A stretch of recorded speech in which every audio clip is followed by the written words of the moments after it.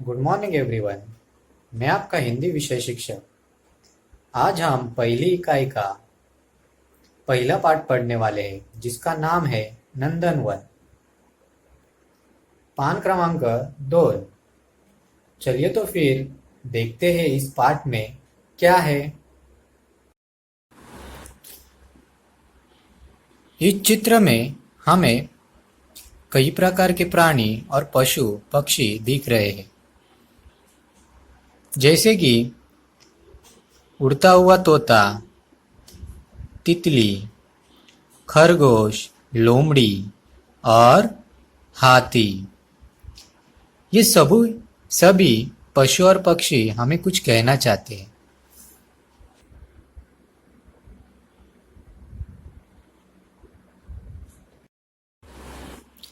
ये सभी प्राणी हमसे क्या कहना चाहते हैं, वो जानने से पहले हम कुछ प्राणियों और पक्षियों के नाम देख लेते हैं। जैसे कि कुछ प्राणियों के नाम तुम्हारे सामने हैं: हिरन, हाथी, मगरमच्छ, सिंह, भालू, ऊंट, गाय, मेंढक, सियार, लोमड़ी और शेर।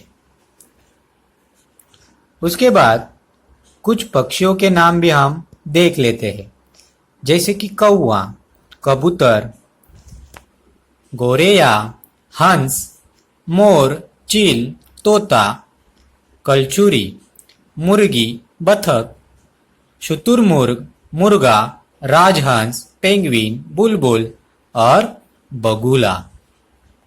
इस प्रकार हमने पशु और पक्षियों के नाम देख लिए। पाठ में ये सभी प्राणी और पक्षी हमसे कुछ कहना चाहते हैं। क्या कहना चाहते हैं वो हम इस पाठ में देखेंगे। वो हमें क्या सिखा रहे हैं वो भी हम इस पाठ में आज देखने वाले हैं। सर्वप्रथम ये जो एक स्लोगन हमें इस पाठ में दिया है, जैसे कि पौधे लगाओ और पेड़ बचाओ, है एक स्लोगन है। इसका अर्थ मैं अभी आपको बताता हूं।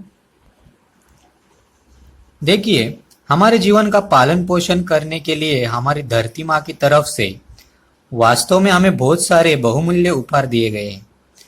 उनमें से एक सबसे महत्वपूर्ण उपहार है ये घने पेड़।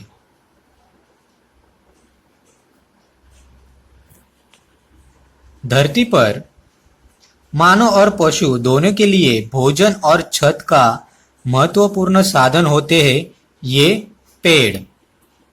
हमें स्वच्छ हवा देने का काम भी यही पेड़ करते हैं।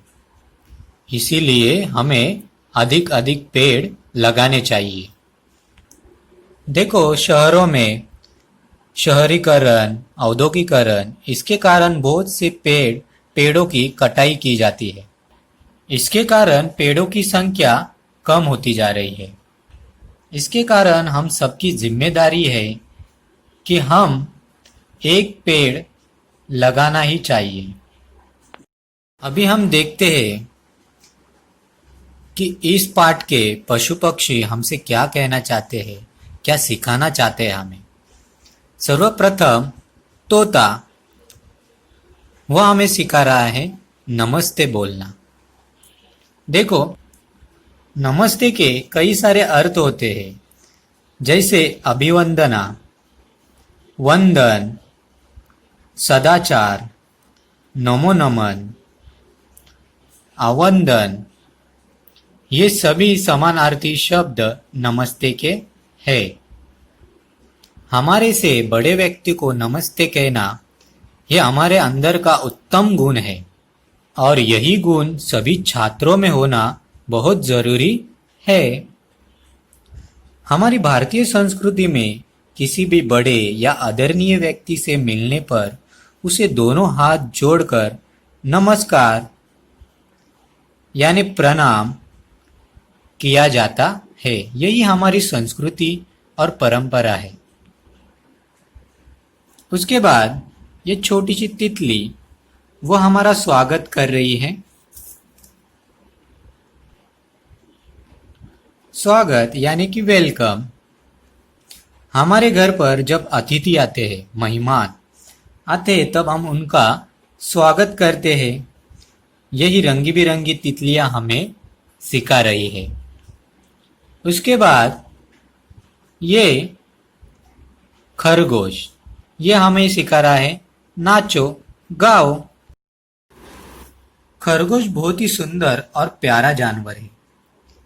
यह अपनी चंचलता और सुंदरता के कारण सभी का मन मोह लेता है। इससे पूरे दिन उछल कूद करना बहुत पसंद होता है। देखो, जीवन में भी हमें इसी खरगोश की तरह रहना चाहिए, हमेशा चंचल और सुंदर। उसके बाद ये जो विशाल जानवर हमें दिख रहा है, उसका नाम है हाथी। यह बहुत बड़ा जानवर होता है और जब वह झुंड में चलता है तो बहुत ही आकर्षक लगता है। वो हमेशा कतार में ही चलते हैं। हाथी हमें सिखाता है हमारे जीवन में अनुशासन में रहकर कार्य करना चाहिए। जीवन में अनुशासन का बहुत ही महत्व होता है। इसके बिना जीवन सफल नहीं होता। अभी आप कहोगे अनुशासन यानी क्या? देखो, अनुशासन यानी तुम जब स्कूल में आते हो तो कतार में एक लाइन में ही आते हो। जब जनगण मन होता है तो सभी खड़े होते हो। जब टीचर आते हैं तो सभी खड़े होके गुड मॉर्निंग कहते हैं। यही अनुशासन है और यही हमें ये हाथी सिखा रहा है। क्या? कि कतार में चलो।